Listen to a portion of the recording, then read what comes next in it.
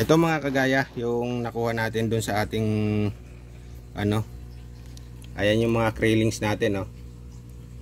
So ilalagay na natin dito yan sa ating bagong gawang pan. Yan.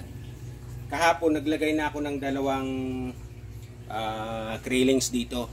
Tapos inobserbahan ko kung mamamatay o hindi. So kaya hindi naman namatay. Kagabi tiningnan ko, buhay na buhay yung dalawang krillings na linagay ko. So pwede na natin siyang ilagay dito. Yan.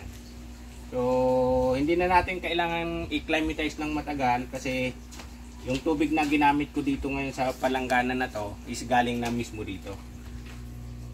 Hindi ko po na bilang to pero mukhang aabot din to ng mahigit 50 to eh. Na ako bilangin siya kasi ang dami, saka may maraming maliliit.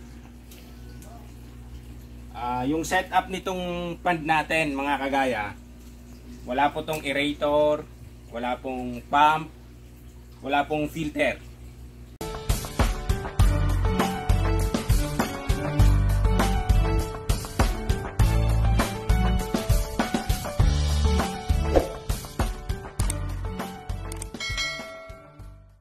Isang pinagpalang araw mga kagaya. So ngayong araw, ililipat na natin dito yung mga krillings natin dito sa bago nating ginawang pond. So naglagay tayo dito ng tubig. So 4 days na, wala na siyang leak. And pwede na natin din ilipat yung ating mga krillings. So ililipat natin ngayon yung ating mga krillings galing dun sa kabilang pond. Ngayon mga kagaya, hulihin na natin yung mga krillings natin dito. So ililipat na natin doon sa ating bagong pond.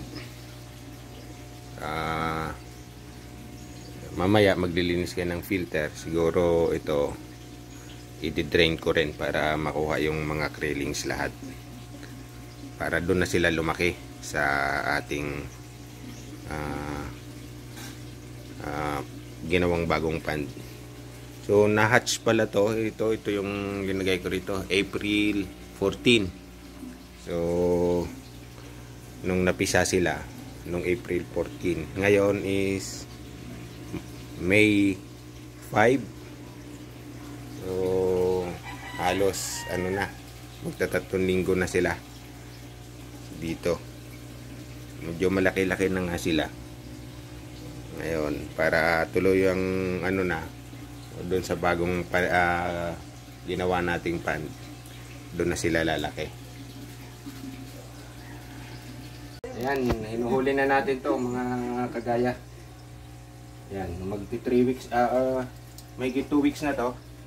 Ayan, tignan nyo kung gaano siya kalaki. Ayan,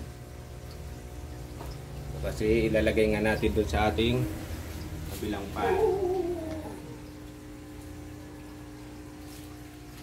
So iisa-isahin natin to mga kagaya. Dami-dami rin to. Ito mga kagaya, yung nakuha natin dun sa ating ayan yung mga krillings natin, no. So ilalagay na natin dito yan sa ating bagong gawang pond. Yan. Kahapon naglagay na ako ng dalawang krillings dito. Tapos inobserbahan ko kung mamamatay o hindi. So kaya hindi naman namatay. Kagabi tiningnan ko, buhay na buhay yung dalawang krillings na linagay ko. So pwede na natin siyang ilagay dito. Yan. So hindi na natin kailangan i-climatize ng matagal kasi yung tubig na ginamit ko dito ngayon sa palanggana na to is galing na mismo dito. Hindi ko po na bilang to pero mukhang aabot din to ng mahigit 50 to eh. Na ako bilangin siya kasi ang dami, saka may maraming maliliit. Yung setup nitong pond natin mga kagaya, wala po tong aerator, wala pong pump, wala pong filter. So itatry natin kung magsusurvive yung ating lobster. sa ganitong setup. Wala siyang pump, walang aerator. Normal lang siya, ganyan. So, magtatanim lang tayo dito ng asola, saka mga aquatic plants. Maglalagay tayo ng mga ganito. Ayan, meron tayo rito. Ayan. Para yun yung maging pagkain nila. So, after, siguro magmo-monitor tayo monthly or every 2 months. I-update ko kayo dito mga kagaya. So, lagi nyong antabayanan yung mga i-upload kong video related dito sa ating freshwater lobster. So, excited ako kung anong kakalalabasan ito. Kasi yung unang ginawa nating pond, kompleto po siya. Mayroon siyang filtration, may oxygen, tapos mataas yung tubig. Ito naman, wala namang pump, walang filter, walang oxygen.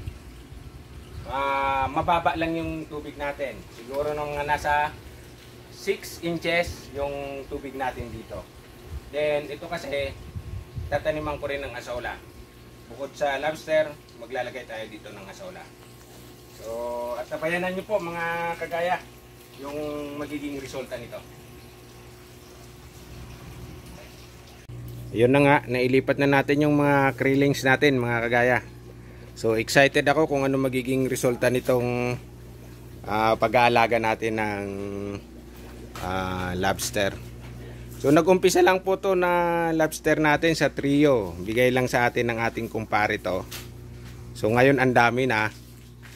Kaya nagpapagawa na tayo ng additional pond.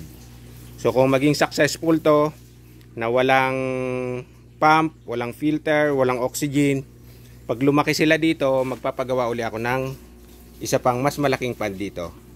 So itong paparamihin natin.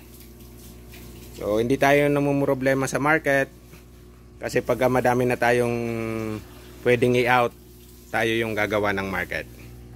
So yun lamang mga kagaya. Maraming salamat sa inyong pagsubaybay hanggang panunod ng video na to hanggang matapos. At tabayanan nyo po yung mga sunod na update nito. So ingat po tayo mga kagaya. Sobrang init po ng panahon ngayon. Huwag kakalimutan uminom ng tubig.